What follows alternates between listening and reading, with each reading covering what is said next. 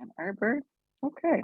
Well, hello, everybody. This is our March edition, our St. Patrick's Day edition of Detroit Solar Stories, a program of the Great Lakes Renewable Energy Association. We have every Thursday night the opportunity to hear different stories from around the state. Some weeks it's about energy efficiency. Ann Arbor takes their turn, and the third Thursday is Detroit's turn. And what we're able to see is a really incredible diversity of solar projects here in Detroit that I like to pick. And I am so thrilled that today's session is probably one of the most clever solar projects you will ever see in a low-income community. So we're going to hit a lot of topics tonight. We're going to hit Detroit, low income. We're going to hit a little bit about challenges with billing with GTE and fairness and environmental justice. And even from our solar installer, we're going to hear a little bit about some of the challenges, which is always something that everybody's interested in hearing.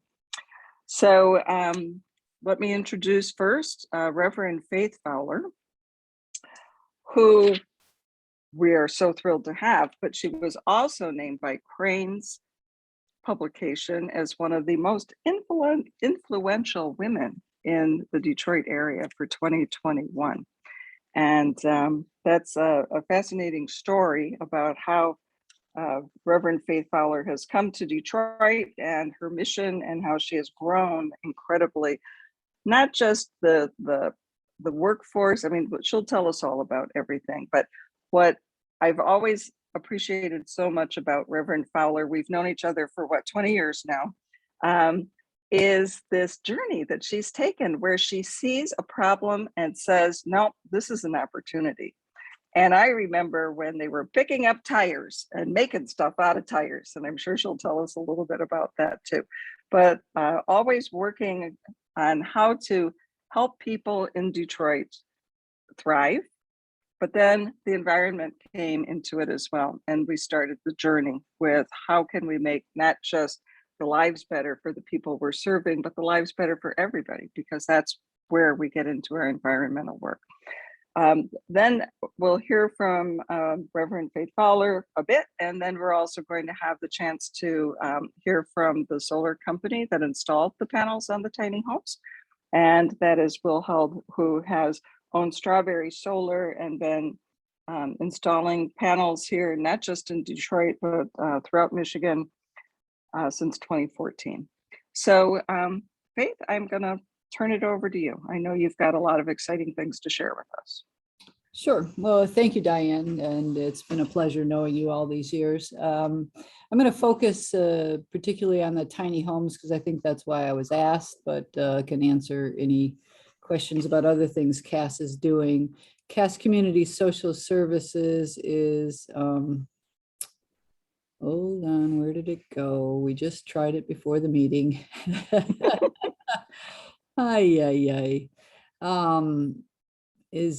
There we go. 20 years old this year. It predates that as part of the Cass Community United Methodist Church. I just do resume slideshow where that little box is. Oh, from the beginning. Okay, that'll work. There we go. It's 20 years old this year, but its programs predate that. Started during the Great Depression here in Detroit. As Diane mentioned, during 2007, when the economy was so bad, we started looking for jobs that we could offer to people who wanted to work. Many of them wanted to work, but couldn't find employment anywhere. And so we began recycling illegally dumped tires. Since that time, we have employed up to 80 people at once, recycling tires and wood and cardboard and paper. And then eventually we ended up in solar, recognizing that poor people experience a bad, polluted environment first and worst. And we thought if we could tie or marry jobs to a future of the planet, that everybody would win. And so that's really the genesis of things. I'll give you a quick PowerPoint to talk about the homes in particular. And then the next couple projects, and I'll shut up and let William tell you about the solar that I'm sure most of you are interested in. The slides you're going to see on this PowerPoint are either houses we've built or plan to build. We have 20 up and 5 under construction right now. So each house goes on its own lot, about 30 by 100 square feet. This is actually the model of the first house. As you can see, it's a Tudor and very attractive. We did this on purpose, meaning every single house is different inside and outside and attractive so that people would be inspired and proud to live where they live. We put them on land that was empty. Other than the bottom right corner on the left where you see some buildings came down, there was nothing to tear down or raise to accommodate these homes. It was simply barren land, and the land had been vacant, deserted, I would say, since the 1970s, 1980s at the latest. So it's not like we were destroying good housing stock to create new houses. It's on the northern edge of our campus. Campus we use rather loosely to describe the land that Cass owns, but the notion is that we thought if we could create housing stock in an area where people could walk to anything and everything else they need, then they would win, because most poor people don't have reliable transportation. So living in the tiny houses, which are up on the right-hand edge of the aerial view, people can walk to food, they can walk to jobs, they can walk to a medical clinic, they can walk to counseling, they can, just anything you can imagine is within a block or two from where they live. And that has become really wonderful. The flip side of it is that the people living in the tiny homes are sort of the example of folks coming in right off the streets. Homeless people say to themselves, many of those people began where I am, in the shelter, right? Which is not any place anybody wants to stay. You maybe have heard of tiny houses used elsewhere in the country. They have been. Primarily, they're used in what's called a tiny house village. That is not what we're building. And yet it's a good concept. The tiny house village utilizes the old, oh my goodness, model of people living at the end of the railroad track in circles with community assets near the fire pit or that sort of thing. So this is a place in Olympia, Washington. It was the first project in the country to utilize government money. And so the construction of the houses is better than most of the villages. Each house has a bed, a toilet, and a sink, and then they go to community rooms for showers and laundry and food and counseling. So it's really a tiny bedroom as far as I'm concerned. It's not a house, but you can see that even this one is at the edge of the city or outside the city, so that people needing services would have to take a bus in 45 minutes, a bus out 45 minutes, and they're right next to a factory. One's right next to a prison. It's one of the reasons I'm not fond of it. But the other reason is Cass already does shelters. I'm not looking for an alternative to shelters. I'm looking for something else. And we call it rent then own, meaning for 7 years, people rent the house at $1 a square foot. The smallest house is 225 square feet. The largest at this point is 450. In this next round, we'll actually have a couple at 500. So they pay $1 a square foot per month for 7 years, a year at a time they lease. During that time, we try and get them ready for home ownership. So they're supposed to work with a financial coach, although during COVID, that's been impossible. Hopefully it'll resume again this year. They come to a monthly meeting where they learn about, how to clean the gutters and how to change the filters and all those things that you do when you're a homeowner, right?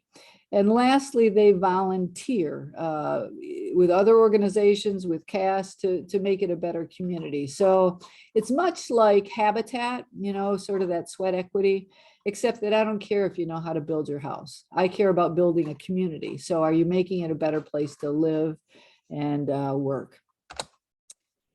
Who lives in the tiny houses? People who are low income. Beyond that, we target folks who have been homeless or been to prison or both, senior citizens, young adults who've aged out of foster care or didn't grow up with their family because of trauma. Now, not everybody fits into that category, but many do because they get more points for it in the selection process. If you're coming from a shelter, you don't have to wait 7 years to have a really different experience than the one you're used to. I don't know if you've either stayed in a shelter or volunteered in a shelter or worked in a shelter, but in a shelter, you have very little control over anything. Not the temperature, not the lights, not the neighbors, not the, can you have a pet? Can you have a romantic evening with somebody? No to all of the above. But the minute you move in as a renter in a tiny home, you decide all of those things. You want to stay up all night. You want the lights up all night. You want a cat or a dog, although I hate cats, so I hope you get a dog. It's all your choice, right? And there's a dignity to having a door, to having privacy and autonomy and control.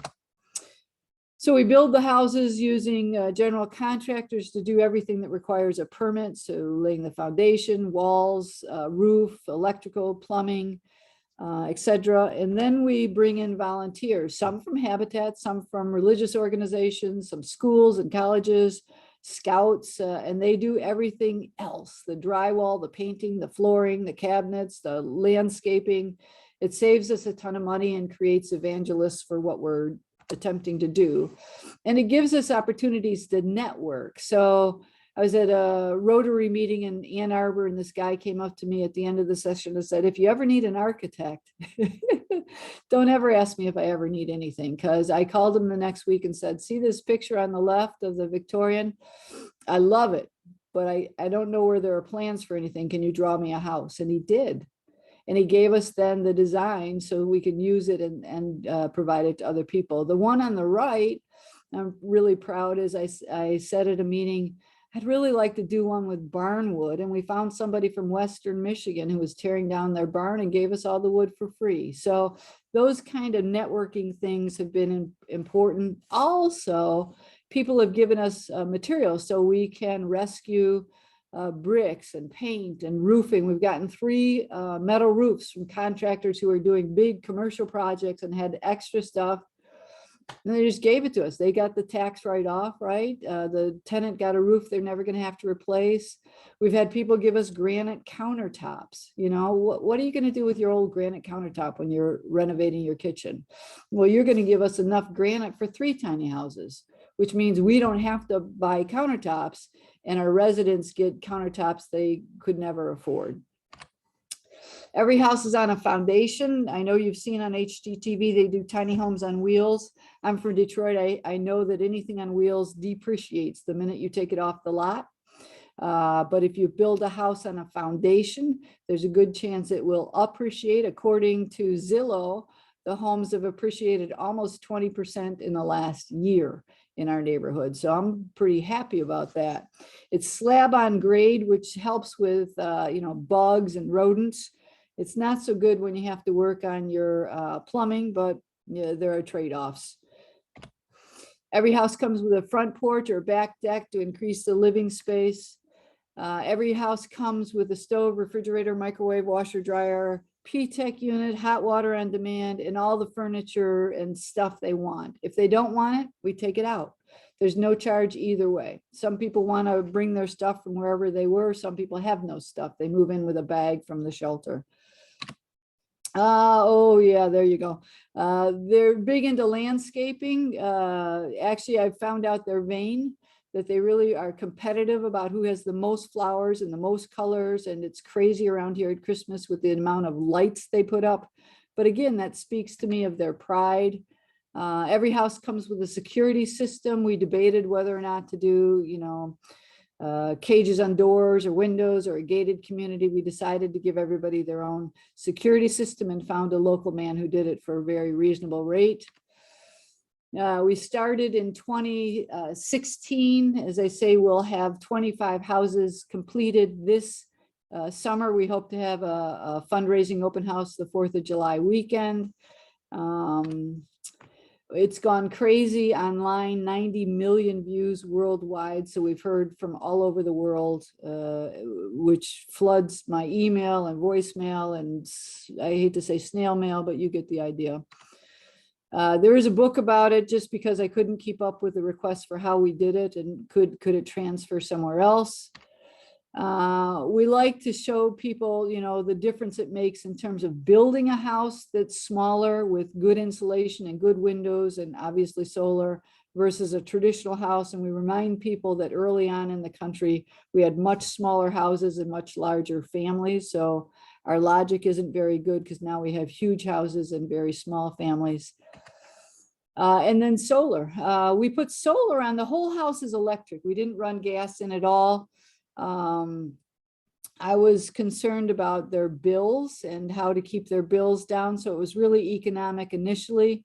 We put them on poles. I'm sure Will will tell you, because not every house is faced the proper way in terms of the sun. But every house has its own array because eventually they'll own the homes, and I didn't want them fighting over, sunlight. That's the project. Whether or not we build more is up to the board this year. We are starting a commercial strip that will include a 1-cup car wash that will be able to take a cup of water and wash your whole car with it. It will also employ solar, geothermal, rain swale, green wall. It will be connected to electricity because the city really forced it, but I'm hoping never to use it. So that's what I know, and I think, Will, you're next.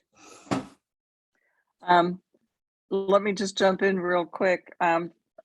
The slides were fabulous, of course, and the images. And for those of you who do come to Detroit, you see them up on the freeway from the lodge. You can see them up there.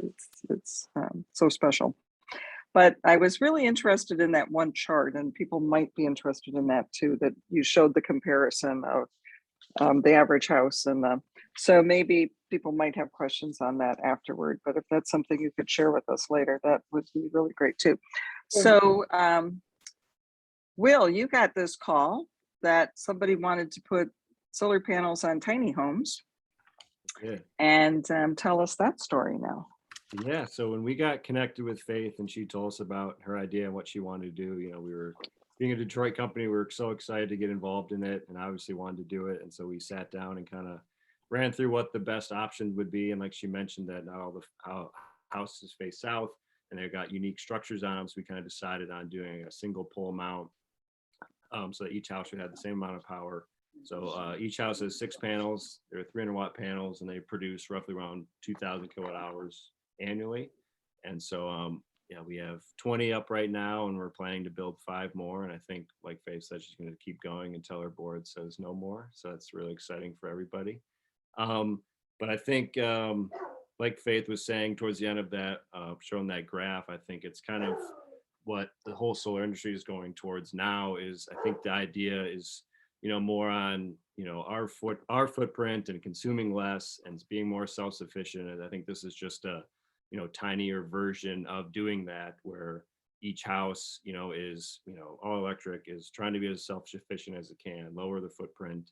And then obviously the low income housing option is great for us too. And so I can share my screen and kind of show a little, we did a little blog post on our website, kind of running through it. So there's me touring around, but you guys can read this later if you'd like, but this is kind of just going about kind of what Faith was saying about the whole tiny home project and, rent to own, but this was our process of installing it. So in the backyards of each of these houses, we laid out where the footing was going to go to put the pole in the concrete, and then attached to that it's called a Montana mount. So it's made in Montana, but it can be seasonally adjusted, not automatically, but you'd have to do it yourself. But so you can rotate it and adjust the angle for maximum production. I think as of right now, we just put it as average of 30-35 degrees here in Michigan.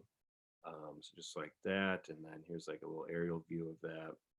Of all, I think these are the first few we did. Little tree trimming, but got them all lined up and had to run electrical back to the house. And then here's this last one here. It's got a good picture of them. But yeah, so I think the construction side went smooth as any other normal project. I think we were mentioning what issues you ran into, and I think it's just common amongst solar in general now in Michigan is dealing with the utility. And I think I guess a minor problem that we're dealing with now and that customers get upset with is that you have to size your system to what you use on an annual basis, and they kind of limit you on what you can install at your house and limit you on, how much you can produce and what they're going to be crediting you. But I think with this project specifically, we ran into, I think, an even worse problem is that if you're low income and you're on a payment plan, they don't let you also be on like a solar plan. So you're either on one or on the other. And so we were filing these interconnections for these residents and getting kickbacks saying like, well, you can either be on net metering or you can be on a low income budget plan. And so now we were kicking people off their budget plan where they're trying to meet with their financial coaches and budget out what the cost of living is going to be. And then now it's like, okay, now I have solar and now you're self-sufficient, but you now cannot be on a budget plan. So now you're going back to trying to budget, how much you're using in the summer versus winter. And it just got, kind of, a bad look for solar, I think, in Detroit and DT in general. And so I think, with the current policies going on now, I think everybody's kind of got to do their part to fight the utility and get it to a place where it's, reasonable for all people, but I think especially lower income people who are trying to also make a difference and, be green and lower their footprint as well. Will, what's the size of each unit? How much solar power does are they pretty standard per house? Yeah, it's I think they're 300 through something, but it's like 1,800-watt systems, N-phase microinverters. So each panel has its own inverter. And then, like I said, they'll produce right around 2,000 to 2,200 kilowatt hours annually. And some started on net metering, but now, of course, you're not able to Right. Yeah, I think the first connect any more net 5 or metering. 6 on net metering, but yeah, the newer ones are under distributed generation. But I think even with that, they don't allow you to do that plus a secondary program where, like, I know I've called in and kind of explained it to them where it's like, it's really no different than you're doing now. You just gotta, incorporate the less usage or the amount of usage that you're going to expect from the solar, whatever it is, but they haven't budged yet. So.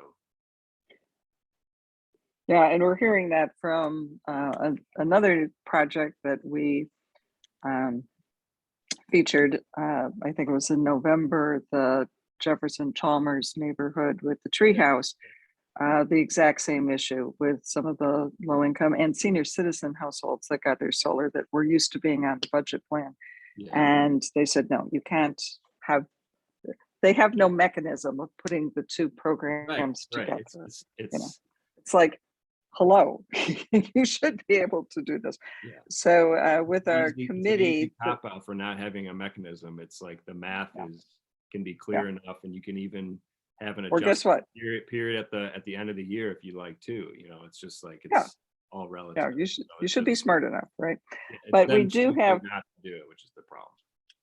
With our renewable energy committee in Detroit here, we do have someone on the committee who does have very close connections with DTE because of the work they do with the energy efficiency program with DTE.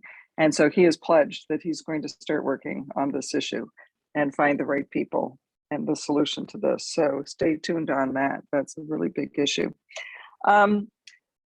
Let's go back, and Faith, maybe you can help us with this too, with the bills. What difference is the solar making with the households? I know that the first few did run a year or so without the solar. So is this saving money for people, and how much are they saving with the solar? You really see it in the summer. They're simply paying the $9 a month connection fee. In the winter, you're not seeing it as much. You have less sun, right? And the heaters are working around the clock, and they're all electric, and electric is a little more expensive to run.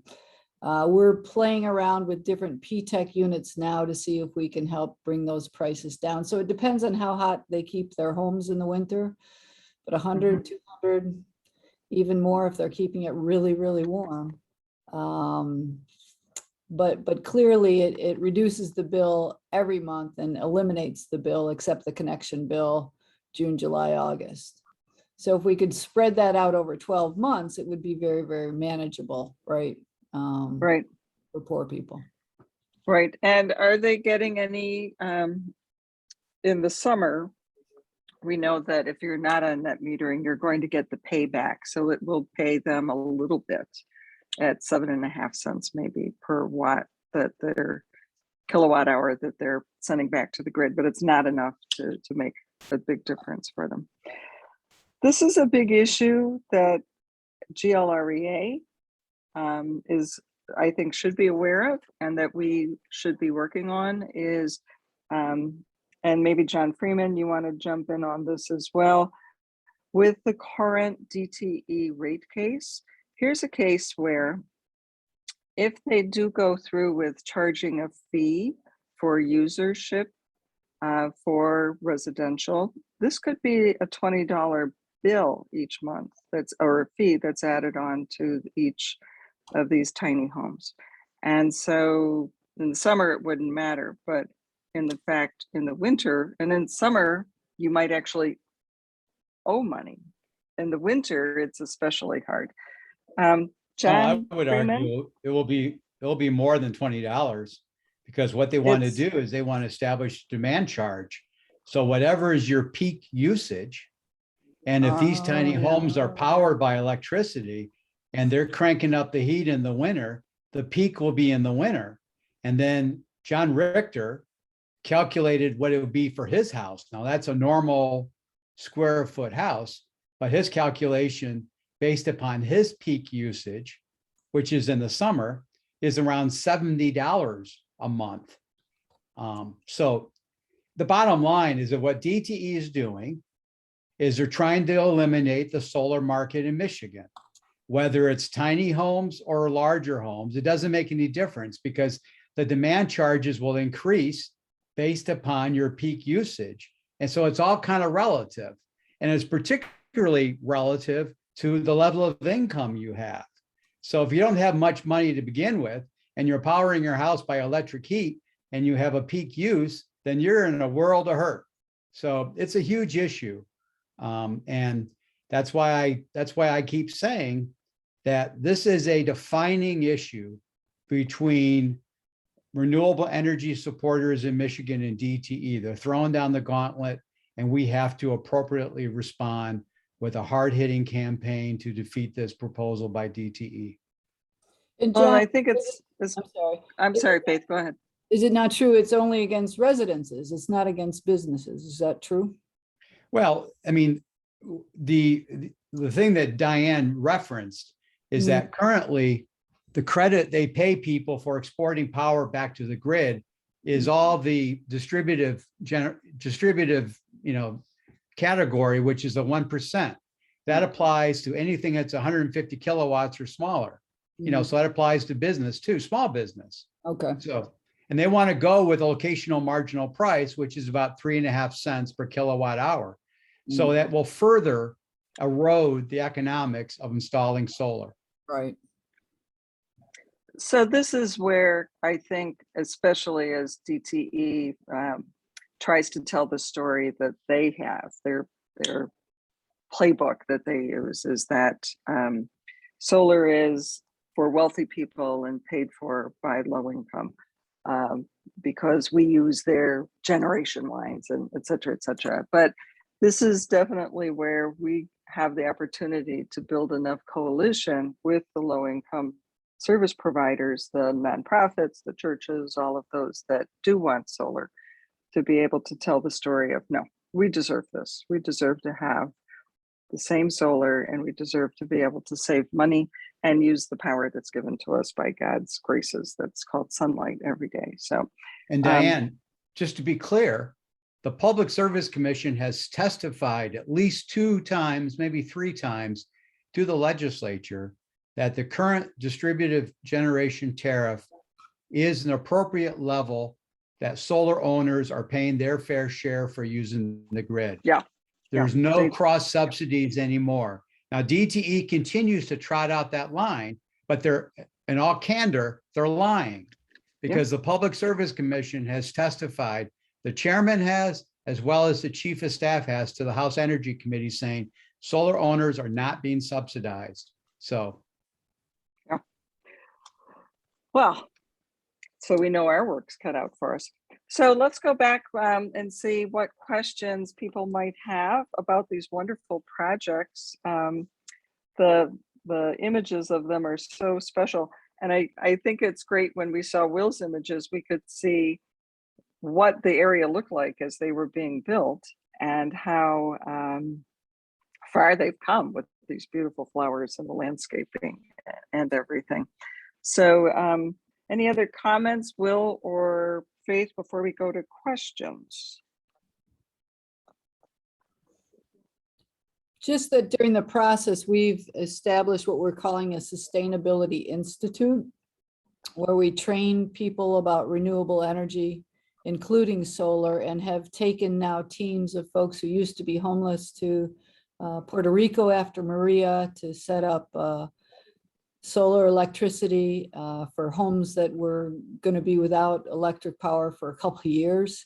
We've taken a team to Liberia. So it's sort of fun to see people living in poverty on the cutting edge of hopefully the future of renewable energy. And they've done some smaller things here, the security full-LED lights and that sort of thing. But clearly we rely on Strawberry to do the big heavy lifting. Okay, and I know with all these projects that sustainability is at the core of it all. So it's really a wonderful example for all of us to be able to share.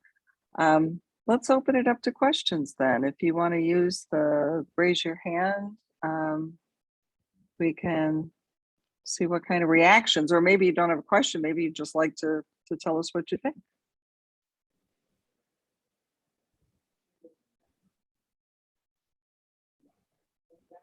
Wow, I'm really surprised we don't have questions. Me too. We have a lot of messages, but Well, I have a questions. question. Okay, thank you. How do you finance the construction of these homes? I mean, who puts up the capital to build the homes? So I do a lot of begging. Okay. We haven't used any government grants at all. We didn't want the government deciding how it would go. So every single house has 1 or 2 or 3 or 4 sponsors, individuals, foundations, corporations, schools, that sort of thing. It's all private money, as well as for the solar arrays, all private money. We use government grants almost everywhere else. It's not that I'm opposed to using government money, but we were the first organization in the United States to link affordable housing to home ownership in this way. And so we wanted to make our own mistakes and learn from them. And that's what has happened. So the long and the short of it is we've raised in 6 years, 2.5 million, almost $3 million to do this development. And it makes me pretty happy. By the time I retire, at least the first couple groups will own their homes. And we haven't yet decided on how the transfer will happen. We know the transfer will happen, but will it be an HOA? Will it be condoized? Will it be, we don't know. We're trying to make sure that everybody in the community is going to successfully own their home. We currently have 20 people in the houses that are up. We had a baby born last year, so we have a brand new person. They're all low income. A couple have owned homes before, but most have not. A couple have been in prison for long stretches of time, so this really is a second chance for them. It's kind of fun to see the young people interacting with the older people because they both have assets to share in the community. It's been wonderful to watch most days, sort of a community being built out of nothing, or a desert, if you will. And now to think that potentially we'll have jobs and amenities that are equally good to the planet has me excited. We're working with Greening of Detroit, adding some vegetative walls and planting of trees, and it just, I don't know, feels good, but it's private money. I would like to add that to say that this was a bombed out area is kind of putting it lightly, that this really truly was an area that did not have much. There had been a huge hospital that was torn down with a lot of empty land, right? And then along Woodrow Wilson, just a lot of burned out houses and vacant lots and kind of a forgotten area. And the tiny homes have made it almost a tourist attraction now, with lots of people. What's that? And swinging around to go back and look. We have to warn the residents, because it truly is like living in a fishbowl. I mean, people come day, night, weekends, holidays, taking pictures, taking videos, bringing drones.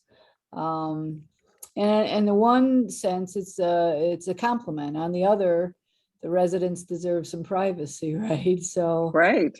we tell them not to let anybody come in your home, and you don't have to answer questions. Try not to be rude to folks, but some days it's easier than others. Yeah. And the designs, you've had some offers by several architects, right? To design. Yeah. We started by buying them from architects, and when you buy from an architect, you have permission to build on one lot. And then as we were talking and showing the project to others, people volunteered to draw for free. We even had a company that had a competition, and we ended up using 4 or 5 from their company that were just fabulous. John Server, you had a question? Yeah, a couple of questions. One is, I kind of assumed that batteries weren't feasible because of the cost. But the second question is that, were there any zoning issues? Because these are smaller homes, and I know in some communities, there's minimum size for homes or minimum sizes for lots. Right. Great question, John. There is not, or was not, and probably will not be, a minimum requirement in the city of Detroit. So we could have built smaller. I felt since they were going to be permanent homes, I wouldn't want to go much smaller than 225 square feet. Somebody on staff says you have to go outside to change your mind if we went smaller than that. So we could have gone smaller. We didn't have to get any variances because we're building houses where houses used to be built. So 30 by 100, that's the lot size in the city of Detroit. Now, I do know and have heard from places all over the country about zoning requirements of 1,000 square feet as the basement. And in some places, folks have gotten organized and had the rules changed. I mean, because one of the funny things is people, when they think of tiny homes, they think of middle class or upper class people. They don't think of poor people. And generally speaking, HGTV has them at the edge of the ocean or the edge of the mountains. And so they don't have the same sort of stigma, or they haven't usually, that other low income housing has had. But there hasn't been. The community's been basically excited about it. They too drive by and talk to the construction workers and tell me who used to live on this lot or that lot.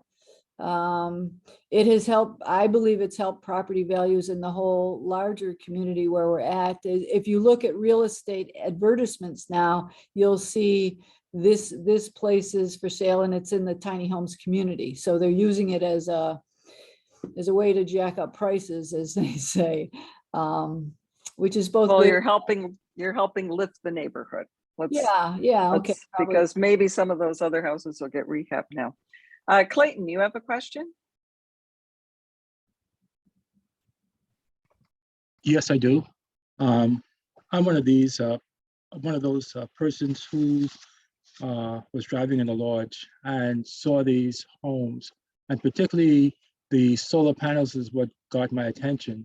And I made it a project to eventually ride through the community, and it is really very fascinating and beautiful. And it's just wonderful what you guys have done. And so I commend the work that you guys have done in that area. It's just amazing.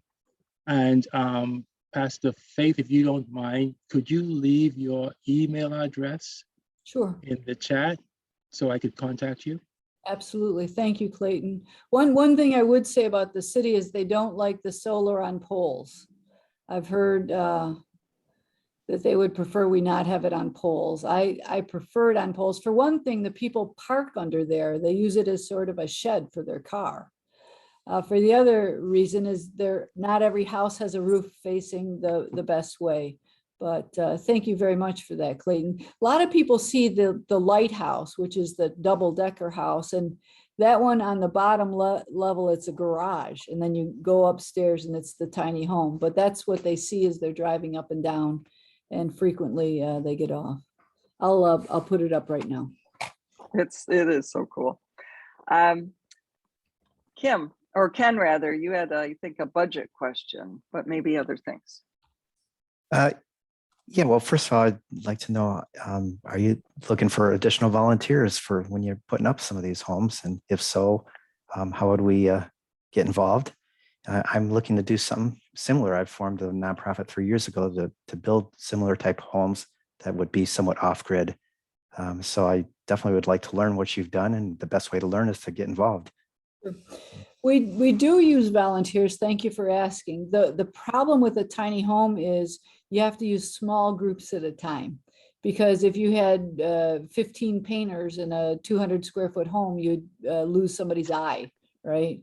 You Yeah. do much better with groups of volunteers outside, seeding, sodding, planting, that kind of thing. But inside, you have to have either individuals or small groups. If you're interested in that, on our website, there's a volunteer application. Just send it in and say you're interested in tiny homes or interested in renewable energy, whatever you prefer. Okay. Maybe, I don't think I saw it on your website, but Yep, it is there on the top. It just says volunteers, but I'll put the website too. okay. That's great. Tom, you have a question? There we go. Trying to get on here. I was curious, you've been having, I guess, for Diane and Bill and the program for tonight, all of them, they're part of a whole group that we've been seeing over the weeks and months of things going on in Detroit. And I was curious as to whether there are efforts among the builders and the interest groups that are doing these area plans, like this one tonight and some of the others that have been group areas. Are there any interactions among them that are looking to do mutual support? Even the one evening a few months or so ago that was in the industrial building The that was boxing done. gym. Yeah, the boxing gym. And things program like that. Is there anything going on that's interacting among these different programs? We have my solar partner, Diane Cheklich, and I lead the Renewable Energy Committee for the Green Task Force, which is the sustainability umbrella organization for City Council in Detroit. And so part of our purpose of forming that Renewable Energy Committee was so that we could first move the needle on solar in Detroit, which was very slowly moving, but also to provide that forum so that organizations could be working together. So by working with the installers, we're also being connected with all these different types of projects as well. And so I wouldn't say it's a terribly formal organization of people working together, but that is one of our goals, and we are working toward that so that all the organizations do have an open forum. So just last week, I presented to City Council in Detroit what our goals are and where we're moving and which types of organizations are doing these types of projects. And it was a real eye opener for city council to see that we're still in a pioneering stage here in Detroit, that all these organizations taking these big steps. It's not like Grand Rapids where you see solar in a lot of different locations.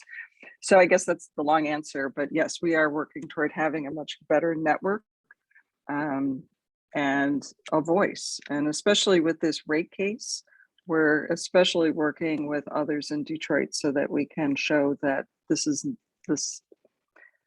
current rate case is just defying the whole purpose of being able to provide solar to every person who wants it, regardless of income. So if you're interested in our Green Task Force and our Renewable Energy Committee, that's the work we do as volunteers here in Detroit. Okay. I hope I answered that. Okay. There are some comments. There was a comment about construction costs, but I think we did cover that. Is there anybody, Faith, who said, gee, I wish I didn't have these solar panels? Is that ever, I mean, I can't imagine, but. No, that's not. It took a while for the residents to be able to read their DTE bill to see, what was being offset, because that's new for them and for most people. Part of the education during the monthly resident meeting is because they haven't dealt with solar before. It doesn't have an unlimited life. It has a lifespan. And so how are you going to plan to replace it when it's that time? Because it is fairly expensive, and yet you're used to now saving on your bill. So that's got to be in their thinking, okay, in 10 years or 15 years, how am I going to get another one? Right. Well, let's hope it's more like 25, 30 by the time that happens. All I'm saying is normally, unfortunately, people don't even think about that with a furnace. A furnace is going to die too, right? But right. Unfortunately, lived in a place before with solar, to be putting that on their agenda as they plan financially for the life of their house. And I imagine for a lot of people, it's a point of great pride that they have a solar system on their house, as well as a pride of their tiny home and how beautiful they are. Yeah, I think so. So I think it is, there's a question, Kate, on the monthly bill. Is there a mark where solar is taking over and other times when the solar is working? Will, do you want to, or Faith, I don't know which of you wants to explain how the bill works. Yeah, I can touch on that a little bit. I think it kind of goes with the whole, utility issue we're having in general, is that their billing is just confusing to begin with, whether you have solar or not. And so now our solar customer, and we see it now too in all of our customers, is that all that DT is going to show you is what your system exports to the grid and that they're reading on their meter, and they're going to credit you for that. But that's not entirely of what your system produced or what you're using. There's like there's a number in there called that we refer to as self-consumption, which is going to be what you produce and what you're consuming on site. And so there are devices now in the solar industry that can monitor that, so you can see how much you're importing, exporting, and self-consuming. But on DT's bill, it kind of breaks it down from like what you used and what you've exported. And so you kind of got to do the math equation of what your system produced to do that. So, but in terms of total production, you can't see that. All they show you is what was exported, which gets complicated and confusing, because if you are looking at the monitoring, you can see like, a customer had X amount of production this month. They're like, DT's only showing this. And so it just causes, confusion for everybody. So just a quick thing. If they're using Enphase, wouldn't Enphase give them information in terms of what's being produced? Yeah, so they can have that, but DT's billing won't give you that. So you kind of have to either have the I guess level 2 monitoring of being able to see what your house is consuming, or do like the math equation of what your system produced, less what DT is showing that you exported. So if you use something like hydro, the hydro monitor, you could actually see what your system is producing. In fact, I'm doing it now in 2 locations Yeah. where you could actually see what's going on. And yes, in one case, because it's 3-phase, I have to do some math, but in the single phase system, hydro allows you to monitor 2 points. And so you could get pretty good information. Yeah. Okay, let me see. Is there anything else? So Ken's going back to the question of what was the typical construction cost? And I know over a period of years and different sizes, and it's going to vary. But Faith, is there any, when you're pitching the next tiny home, are you able to say it'll cost about this much per project? You're looking between $65,000 and $85,000. I mean, the foundation and running the utilities in alone is 22 grand. So it's expensive, but potentially it's much cheaper to operate and to live in. Maintain. Yeah. Yeah, the smaller footprint, the cheaper it is to maintain as time goes on. And we didn't cut corners. I mean, we spray in the insulation, we get a good R rating on the windows. We didn't want to build cheap housing. We wanted to build housing that would stand the test of time. Yeah. It'd be interesting to do a little case study just to see if they are ending up being net zero at the end of the year. I know without net metering, it's more difficult, but as all electric, that might be a good case study as well. Another question here, Jen. Yeah, this is kind of a follow-up question in regard to what it costs. Have you given any thought to try and make this a replicable model of building housing? In other words, your model of raising money from foundations, that's wonderful, and I commend you for raising the 2 million. That's extraordinary. But if we want to try and develop a model that will carry on beyond your career, I mean, it would be great if we could, for instance, find some builder that's willing to build tiny homes, and then we approach a bank or a credit union to see if they're willing to offer a mortgage for low-income people to help finance these tiny homes, so that we could actually carry this work on in not only in other parts of Detroit and Michigan, but all over the country. And I'm just wondering if you've thought about how to make this a replicable model. Yeah, thank you, John. That's a great question. So we have tried to target, I don't really like the word, but you get the idea, people who can't qualify for a mortgage. So they are low income. They haven't, maybe it's SSI, maybe it's a part-time job, maybe it's a minimum wage job. They have an income, but they're making $7,000, $8,000, $9,000, $10,000 a year. There is no financial institution, not even Habitat, who will give them a mortgage with that little income. So although what you're suggesting makes sense, it doesn't make sense for the people we're trying to help. The notion is that after 7 years, if you've complied with the program, you will own a house that is things worth $80,000 or $85,000. So you've gone from being poor to being maybe middle class. I mean, you have an asset for the first time in your life. You have something you can use to get a loan. You have something you could sell to get something else. You have something you can leave your kids or grandkids or whoever you love when you die instead of debt. So that's who we're trying to help. And I know I've taken some criticism because when they own it, they can sell it. And it's going to be worth more money. So they're probably not going to sell it to somebody who's poor, extremely poor. So then you're going to have some economic mixture, diversity within the neighborhood. And I'm okay with that. I'm not looking to build a development that's perpetually poor, right? That's not the American dream. And I don't want people driving by and say, that's where the poor people live.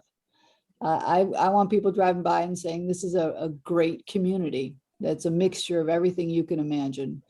But in terms of replicating, we have had inquiries from all over the United States and probably 15 different countries, which is why we put out the book that says how we did it and gives them some, questionnaires and advice about where to research things. And so I know already there's been a development in Grand Rapids and Toledo and some other places. They've actually started building using our model. So, I'm not here to end all poverty. I'm here to find ways that we can end poverty. And this is one way. That's great. Bill, I think this might be our last question. Did you look at, two questions. Did you look at mini split heat pumps rather than the PTAC units for the heating and cooling? I know that I've used the mini split some small houses I built. They're much more efficient. Yes. Because electric resistance is more expensive to heat. We actually, that's a great bill. We are using them on the 5 we're building right now. And we went back and put it on the lighthouse that I said is along the lodge, thinking that they're about 30% of the heating bill that they're paying on the smaller units. They're much more expensive. It's sort of like the solar array though. When they give out, replacing that mini split is going to be $6,000 or $7,000 is what I'm told versus $1,000. And so I worry about, what kind of rainy day fund they really can put together if they have $7,000 to start with. So we'll see. In my homes, they only cost about $3,000. Well, in Detroit, you have to put down a slab of cement and then a cage, and then you have to not only pay for the unit, but you have to pay for the electrician. So for the first houses, we're going to end up paying between $8,000 and $10,000 per unit. Now, for a replacement, you probably won't have to pay quite that high. But even if you only had to pay $5,000, which to most middle class people sounds like, oh, okay, you got to pay it. Per person, that's like a year's salary, right? So we're also looking at some tech units. We started with LG and now we're trying something else that's a couple thousand versus 1,000 to see For a small place, but the smaller houses more efficient. But I don't know. I mean, it's trial and error because there is there's no book to read for us to say, oh, do this. But you're exactly right. We went to the mini split on these 5 plus the lighthouse. And this is just the first year of the lighthouse to give us information back about what it did to the electric bill. Yeah, on the homes that I had that were 750 square feet, it was only about 3,500 for a mini split system, all in, including all the stuff you're talking about. Okay, well. So Bill, maybe you can share that information. Send me an with us email, too. Bill. I'd love to talk more about it because I am interested in keeping it. Many of the people won't sell their house. They'll live there till the day they die. And I'm happy with that too, right? That's their choice. just one final question, if I could, to Bill. What was the cost of the solar system per unit in round numbers? Will? I think we're right around $12,000 for the solar. And I think That's I think if it's cheaper when we do more of them. So I think we've done a couple of package deals with Faith where when we do 5 or 6 at a time, the costs do come down. and that's pole mounted too. Let me give you some praise, Will. When you do 5 or 6 at a time, it's been between $8,000 and $9,000. Yeah. What about the investment tax credit? These folks probably don't make enough money for them to be able to take advantage of it. No, we didn't do it for tax credits. We did it. Yeah. Yeah. Ken, I guess you're going to get the last question if you still have your hand up. Yeah, so I'm looking to do something very similar to what you did. And so you mentioned you have a book available that explains how you did this. How would I go about getting that book? It's I put it in the chat. It's called Tiny Homes in a Big City. I wrote it, so it's not, it's not Charles Dickens or anything, but it gives you the nuts and bolts. If you buy it on Amazon, we get next to no money for it. If you buy it on ccpublishinghouse.org, then money goes back into the tiny homes. Okay. I will definitely get that book then. Is there a I'm link trying to on find the your web? link. Yeah, is there a link on your website? I do believe so. If you go to our website and scroll down, there's a link, or if you just go to ccpublishinghouse.org, it's right there. Okay. Okay, great. Okay, Thanks. well, a minute after, and this has just been delightful for everyone to be able to see these just incredible projects and the work that has been done over the years by Reverend Faith Fowler. That's why she's one of the most influential women in Detroit, and always on a new adventure. So I can't wait to see how I'm going to get my car washed with 1 cup of water. Yeah. As soon as that's ready, I'll be in line. And I know that we'll be using more references to these projects and others in the future to help other nonprofits along the way. So thank you so much, everyone, for participating in this month's Detroit Solar Story. And next month, I believe we're going to be featuring Grow Solar, which is a Highland Park and Detroit initiative similar to Solarize. And we'll be going through the process of how a historic home goes through the permitting process for solar. So we look forward to seeing you all in a month on the 3rd Thursday of April. Thank you all. Take care.